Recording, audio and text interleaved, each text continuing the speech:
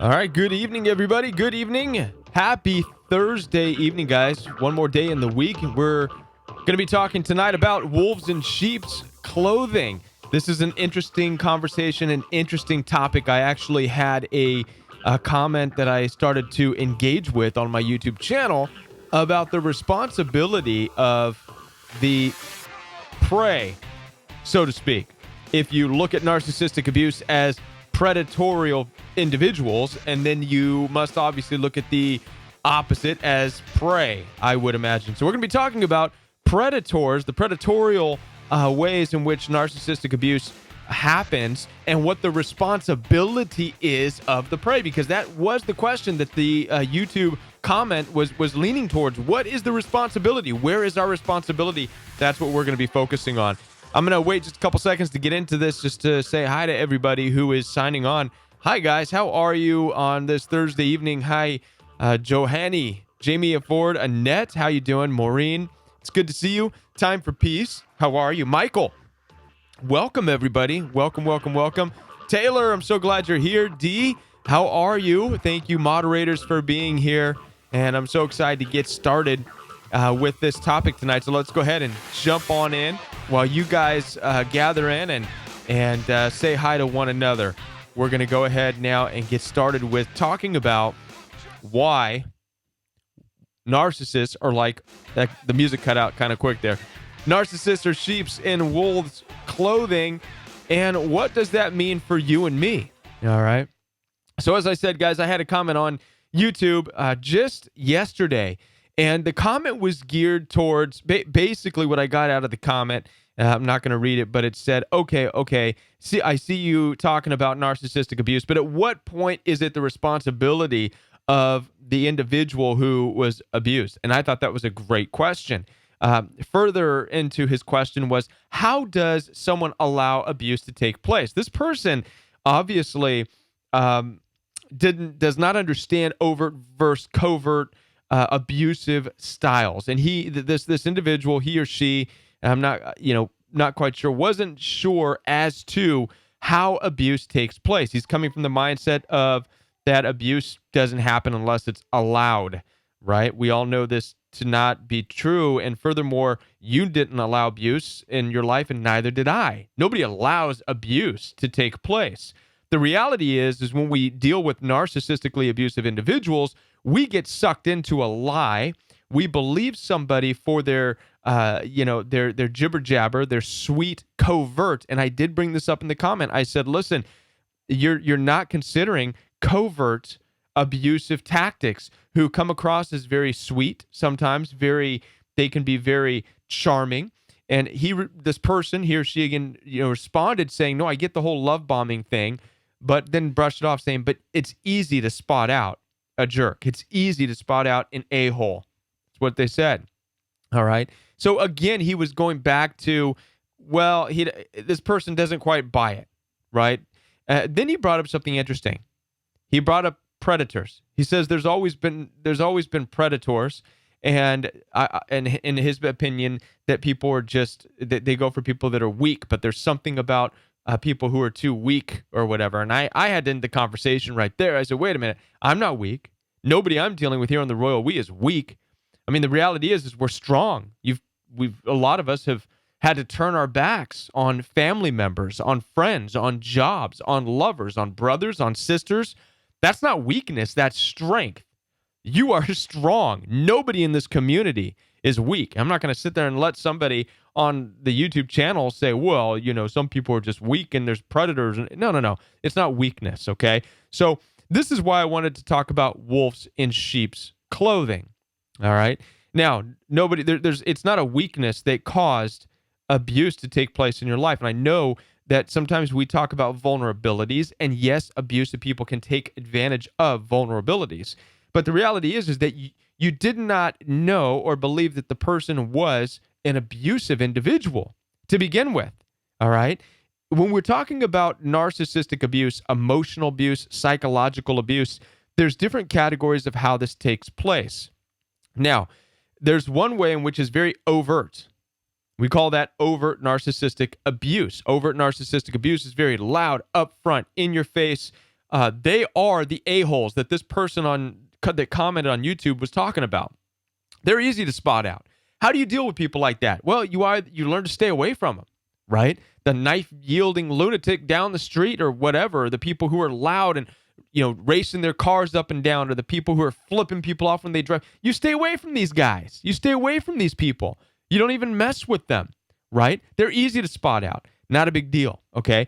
But where we struggle is when we get into covert psychological abuse, covert emotional abuse, covert narcissistic abuse, covert bullying. This is where these people, you've never met them, you don't know them too well. You have to really, and because of your style of life and how you wanted to see the world in the past, you viewed everybody as potentially good. I fell into that trap too. And so then you get close to these individuals and they love, or they try to love, or they pretend to love. And then before you know it, the wolf comes out and they attack and they show their true colors. This is the wolf in sheep's clothing. As a matter of fact, guys, the Bible talks about, there's 100 different verses. I looked it up on Google. There's 100 different verses that talk about the wolf in sheep's clothing, all right, that refer to that. All right, we talked about 2 Timothy. 2 Timothy is an obvious one where it talks about people who are into all these things. They're abusive, they're boastful, they're loud, they're arrogant, they're into pleasures, they're into money, they're this, they're that. They creep into vulnerable, it doesn't say weak women, it says vulnerable women. What are vulnerable women? Or vulnerable people. It's when something has happened, you're vulnerable. You need someone to talk to, right? You have to watch out because there are wolves who creep in when you're vulnerable. You're not weak. It's a time in your life of vulnerability, okay? This is where we have to be most aware. 2 Timothy talks about that. Here's another scripture I want to share with you right now. This is actually Jude. Jude's talking about certain individuals who slip in among you. Jude 1:4. For certain individuals whose condemnation was written about long ago have secretly slipped in among you. See, there's that word secretly. Now we're dealing with covert, all right? You've got to understand covert narcissism, covert abuse, covert psychopathy, psychopaths and sociopaths that are covert. They have an ability to secretly slip in among you, as it's written here. They are ungodly people who pervert the grace of our God into a license for immorality, and they deny Jesus. So obviously, they're talking about, in Jude 1:4, they're talking about these people who slip into churches, and they do. Narcissistically abusive people who slip into churches. How do you know that they're abusive individuals? How do you know that they are just ungodly people who want nothing good for you? Well, it says right here, they pervert the grace of God. They change the rules. How many of you have met somebody who said they went to church but immediately tried to have sexual relationships with you, right? Like immediately. This happens all the time. Why does it happen? Because they've slipped in, right? And now, obviously, we're human. We all can get caught up in flirtation. If we have to be very careful with this. Okay, we have to know when to say no and know when it's enough. All right, but there's certain people that don't know when it's enough and they keep going. These are the wolves in sheep's clothing. They're there to change the rules. Change the rules for what? For the betterment of themselves, so they can get whatever they want to get from you. All right. So no, it's not that you're weak. It's not that anybody is weak against predators. Yes, there are predatorial people, but predatorial people, predatorial narcissists, bullies, rely on your vulnerabilities, not weakness, right? You're not weak. You could turn your back, get the heck out of there anytime. Call the police on them, get away from it. Doesn't matter if it's your, parents, your siblings, ex-lover, whatever. You get the heck out, right? It's their strength in moving on. There's strength in going no contact. So I hope that answers that question. And then what we're doing here on the Royal We is bringing awareness. This is the purpose of this channel, is to bring awareness so you can have that safe place to go so that you can be reminded on the daily. We can all be reminded on the daily that this is the reality of the world we live in. There are people out there, there are wolves in sheep's clothing who want to take advantage of you. It's been like this all along. It's in the ancient Hebrew text of the Bible. There's nothing new under the sun. There's always been wolves in sheep's clothing. There have always been people who have, listen, in the book of Jeremiah, which is the Old Testament.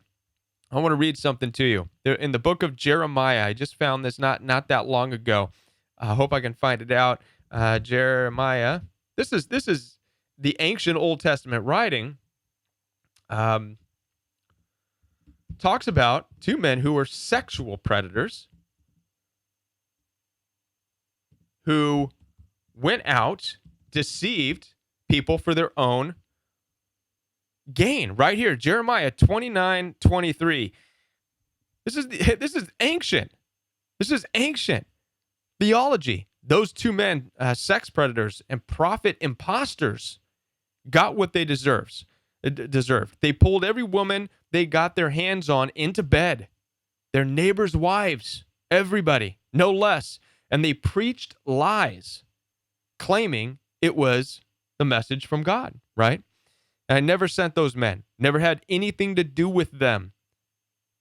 They won't get away with a thing. I've witnessed it all right? This is what we have to understand about narcissistic abuse. They're the same. They're this narcissism. Narcissistically abusive people are the same as what was just talked about in Jeremiah, all right? It's been there since the ancient days of the Old Testament. Liars, cheaters, stealers, the same ones that 2 Timothy talked about that we talked about last night. I would like to hear your guys' perspective on that. Dealing with the wolf in sheep's clothing, guys, where are you at with that? The phone line is now open. I want to thank you guys for bearing with me through that and for listening to the message. I'm going to go ahead and pop the telephone number up there, and hopefully it's already been posted as well. So go ahead and call in. What do you guys think as far as understanding the reality of the wolf in the sheep's clothing, understanding that it's not out of weakness that we get trapped up in these relationships, but it's just out of not understanding that they're wolves in sheep's clothing. What are your guys' thoughts on that? I want to hear what you guys have to say. Who here in the community had wondered how and why they got involved in these relationships? Who of you in the community thought that there was a weakness or believes that there is a weakness in you that allowed this to take place, right? Because oftentimes that's what happens. That's what can be resorted to. There is some victim shaming out there, okay? And this is why it's important to understand that it has nothing to do with being weak. It has nothing to do with being weak.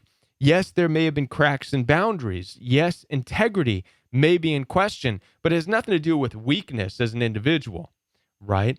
Now even more so, I would have to say that where weakness comes into play is once you have an experience of narcissistic abuse and you understand now what to look out for, and now going forward, if it happens again and again and again, then I would really start to question what's going on that keeps you in this place of constantly needing that type of dynamic of a relationship. I'm going to go ahead and take a call from Connecticut. You're live on the Royal We. Thank you for calling. Yeah, hi, my name is Mike. Just wanted to let you know that, yes, wolf in sheep's clothing.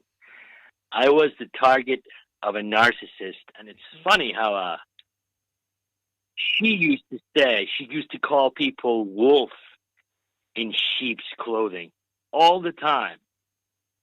And at the very end, when the supply ran out, the mask came off, and this person that I thought was as innocent as a sheep turned into the most vicious predator that she always was.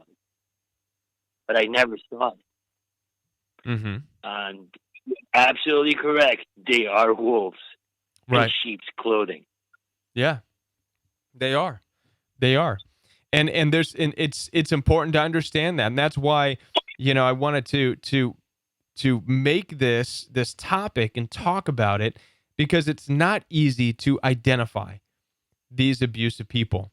It's not easy, but we have to, at the same time, check our the holes in our boundaries and in our integrity, because even though they are, sheep, or not sheep, but they are wolves, and we have to understand that we're not to have any part of that, right?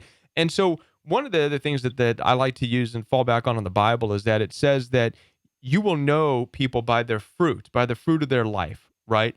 And so we enter into this place now where we can't go around and start hanging out with people and thinking the most amazing things of them in their lives when we look at their life, the reality of their life, and there's a lot of bad stuff going on in it, right? Because the Bible tells us this: a good tree cannot produce bad fruit. Likewise, a bad tree cannot produce good fruit. And so when we listen to people's words and their love bombing attempts, and that's what covert narcissists do, they love bomb you with their words, but their life doesn't look as appealing. You know what I mean? Their situation is a wreck. Something's off. It's a bad tree. It's a bad tree that's trying to spit out what sounds like good fruit, but bad tree's not going to produce real good fruit. Does that make sense? Well, I would reference to the Bible, and I would say all the monotheistic religions. I would say that the narcissist could be basically exactly the same as the worst of the unbelievers, which are the hypocrites. Amongst the unbelievers, there's 4 categories, and one of them, and the most dangerous, is the hypocrite, which is basically the same as the wolf in sheep's clothing. Yes, it is. They pretend to be someone they are not. And these Right. are, as you can see, in the lowest depth of hell.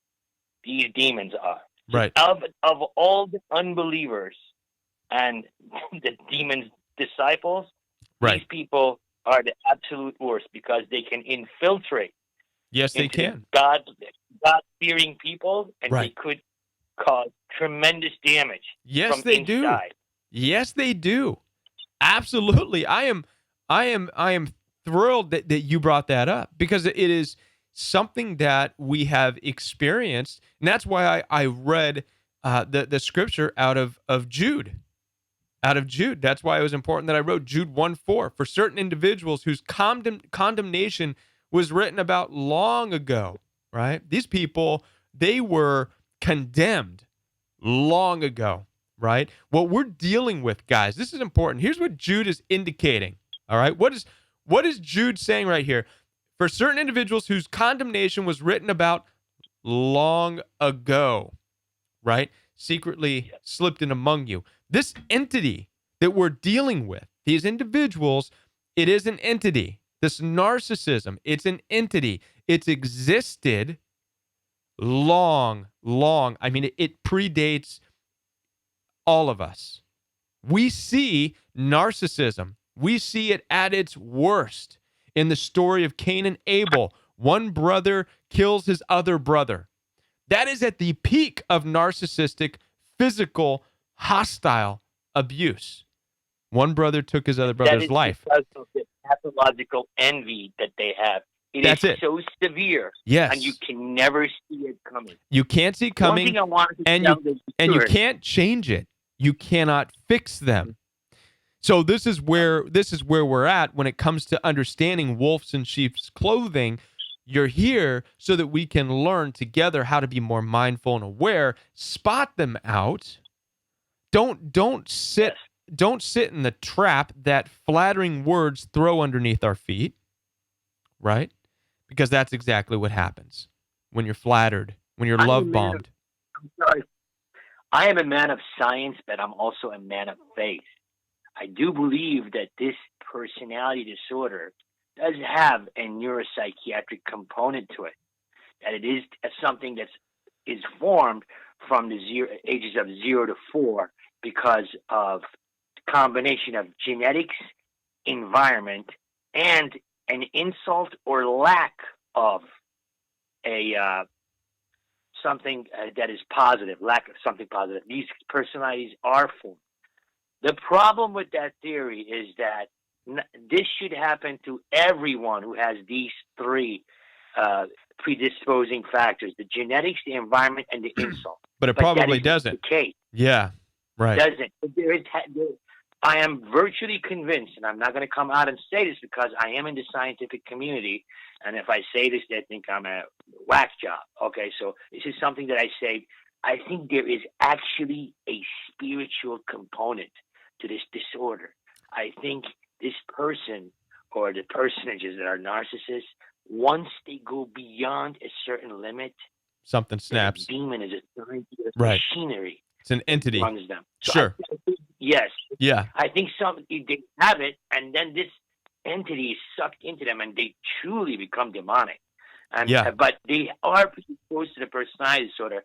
But I don't think that's it. I don't think that's the only thing that those three factors that cause this narcissistic personality disorder. Okay, which is one of the four subtypes of the cluster B disorder. And it's the most dangerous one because you never see it coming.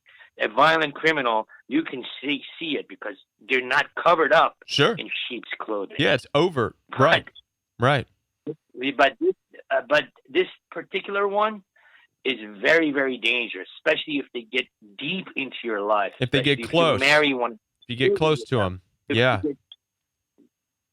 And only, I think, with the help of God, or whatever you guys want to say, some people say universe, karma, but I do believe is a singular entity that helps us.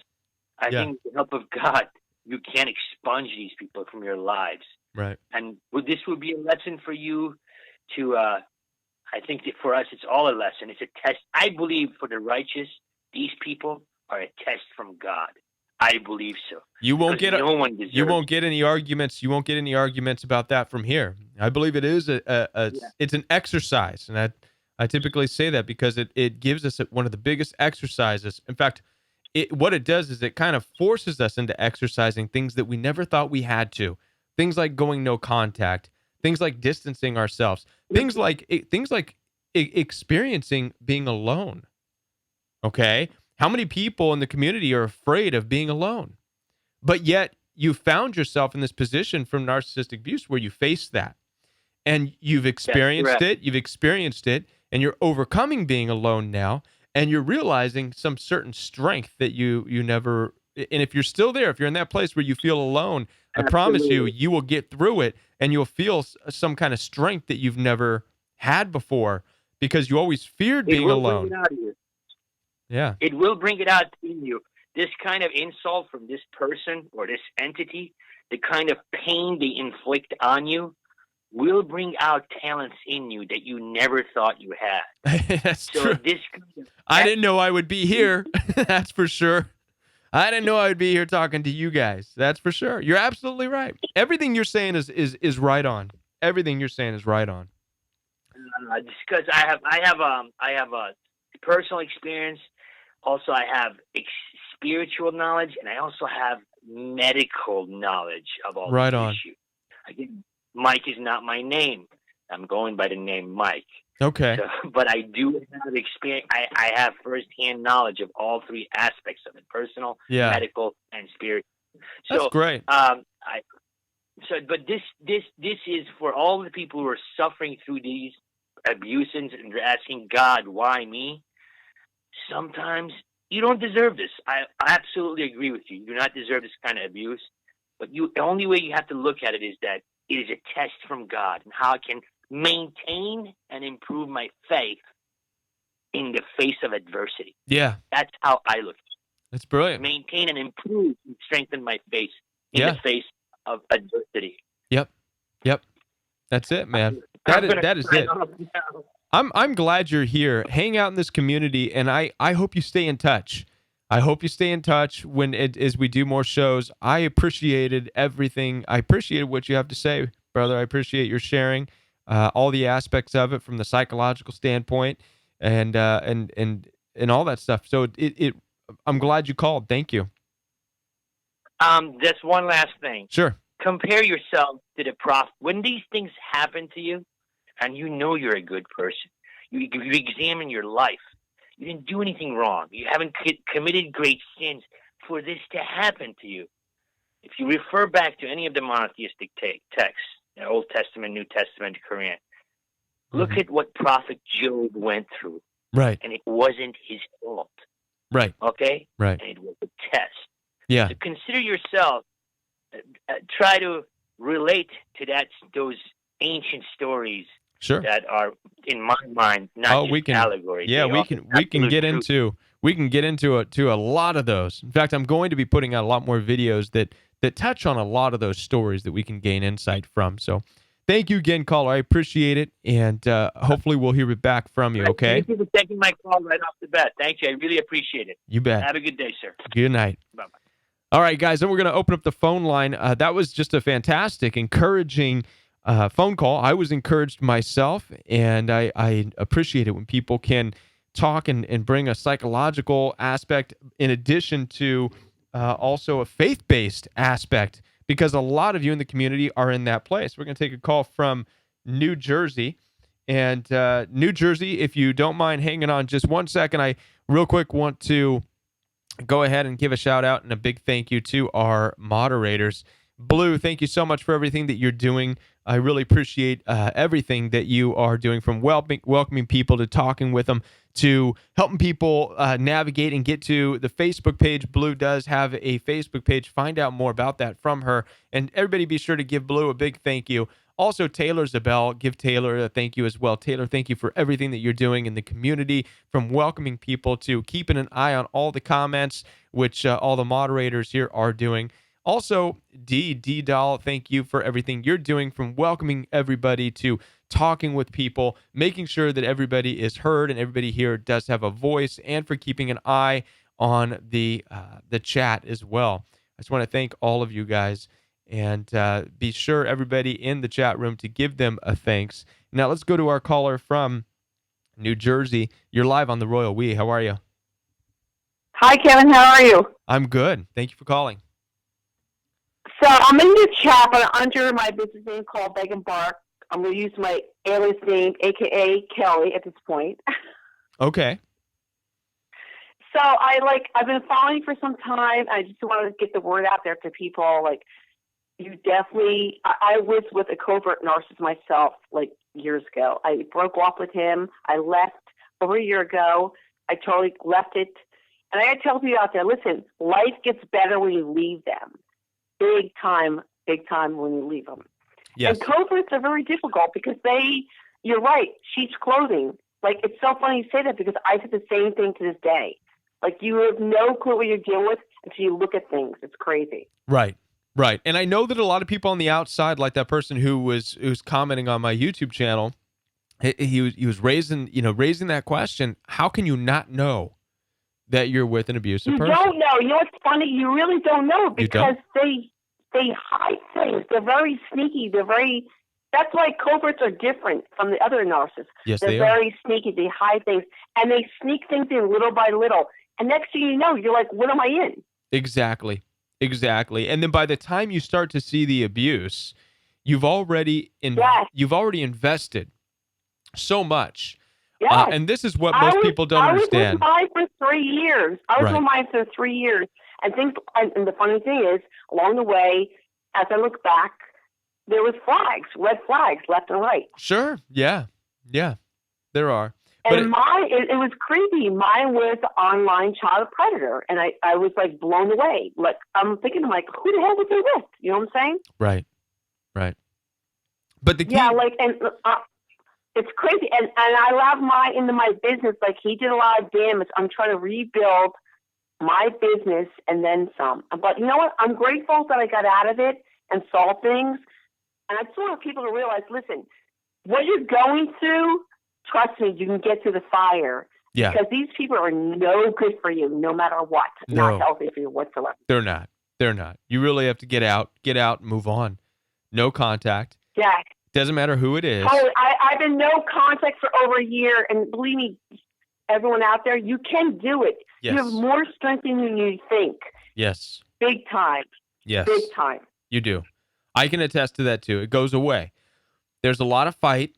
There's a lot of flashbacks in the beginning. There's a lot that your body is working through, but in time you're going to see Yes. that Yes. it's not just the past relationship that you're working out. It's the reality of the world that we live in. It's a whole new shift, and there will be changes in your life. There will be, because now you're going into this world. You're going to step out every day aware that there's sheep. There, I said it again backwards. You're going to be aware that there are wolves that are in sheep's clothing. So True. you are going to see that. You are going to view things differently. And a lot of times it's easy to say, how do I go back to the person I once was? And typically, which equates, how do I go back to this carefree butterfly individual that hopped along and skipped along and went out and did everything I wanted to do? How do I go back to that person again? No, you can't. You don't. You don't want to. Not in today's world. You don't go out and do those That's things anymore. true. You know what I mean? You do look at things. You do look at things from a different perspective, and you're Right. not in the whole situation emotionally. Like once you That's remove right. yourself emotionally, you're fine. You're good. Yeah. Yep. But yeah, I would still want to call, make sure, like, and give some advice to people out there. Listen, it's hard at first, and you think your whole world has changed, and you're dying, and you're hurt. You can't live without them. Trust me, Right. you can. There's a whole other world out there. You'd be surprised. Yeah. That's it. Well, thank you. Thank Yeah, you for and it's calling all in. positive. It's positive. You start thinking positive, people. Amen. Positive vibes. Positive vibes only.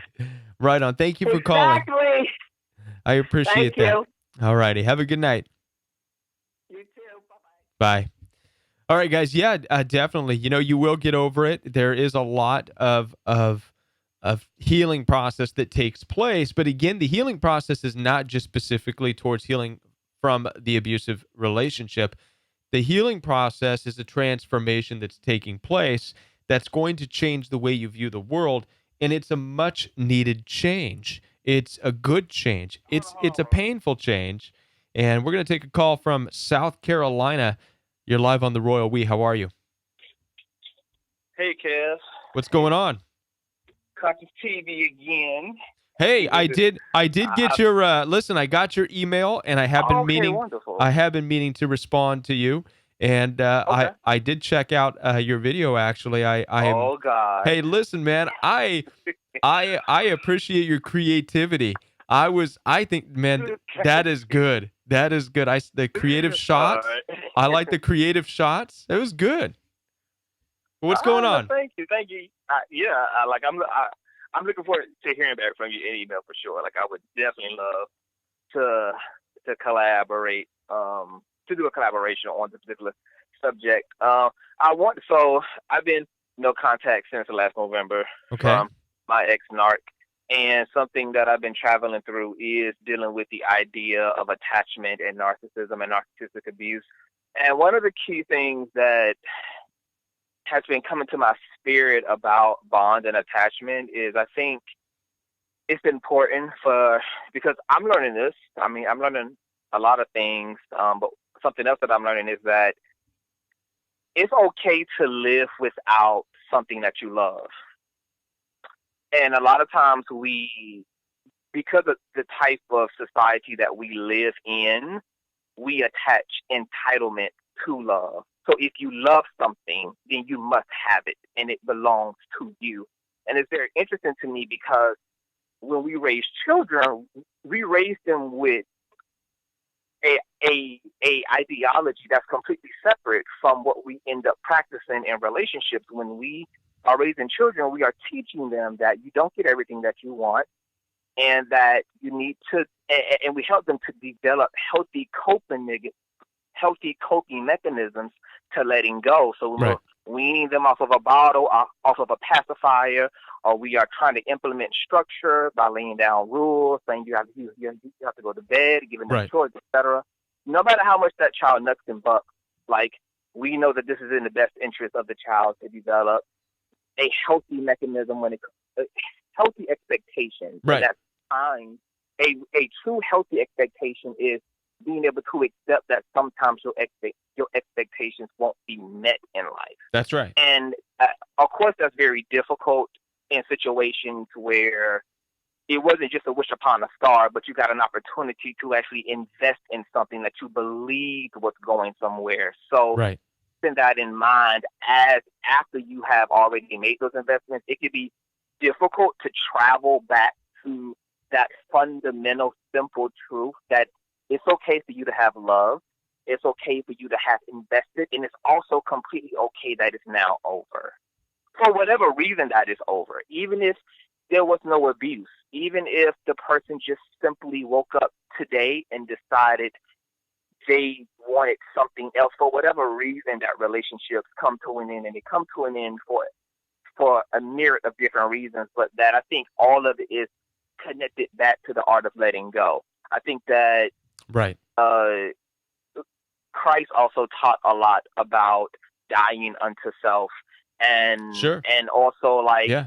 I think we all, especially as believers, have to ask ourselves, are we really leaving any room in our lives to be unconditional? Because as much as a lot of us wave that as a flag, that we really do have a lot of expectations, and we do expect to get things back from our love, from our investment, from the energy we pour into something. So I think that if you find yourself in a predicament where you've made a great investment, where you've dedicated a lot of time and love into your life, that while the person or the situation you gave that to might not reciprocate that back to you, that what you did and what you gave is not in vain. And you may not see it in the situation you were giving all of that to.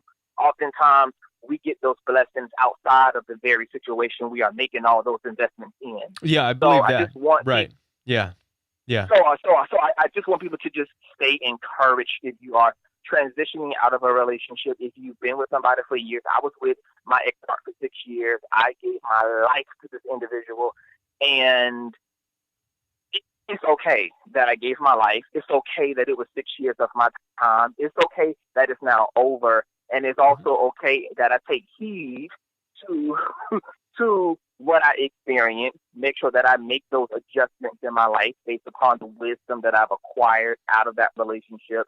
But also, I mean, it's not a regret, because as you just told the last caller, if it wasn't for a lot of us going through what we've all went through with narcissistic abuse, we would all still be out here being naive, completely gullible, Yeah. making horrible decisions, not knowing the signs, not knowing what to look for, not having a mature discernment. Right. And so these are gems that really can change our lives, and it's not over just because Right. it's over with this person. So you still have your whole life. You still have a good God who wants to bless you with love and a healthy relationship.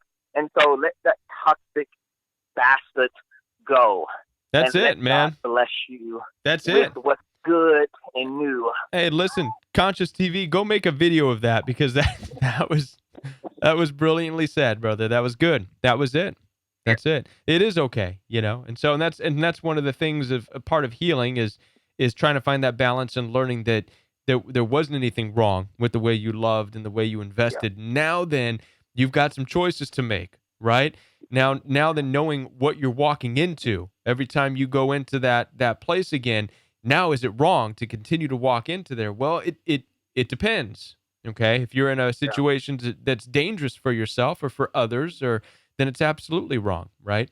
And so, but thank you for that. That was very encouraging. What you had to say. Appreciate that. Appreciate that a Thank lot. you. And once again, like, I'm totally inspired by what you do. Like, just God bless you. Keep Thank doing you. what you do, and hopefully we get to have a sit down and delve into this. But just God bless you, man. And Right on. I look forward to hearing back from you. Thanks for calling. Appreciate you being here. All right. Bye. You too. Yeah, man, I love it. I love it when other people who are also starting and they have their channels as well, and they're creatively trying to share this powerful message of healing. And I love that, and being able to hear from that. And I know that the caller who just called in is that person taking his experiences in life, and he's out there making his stories for people to heal. All right, so we're gonna go ahead and wrap it up.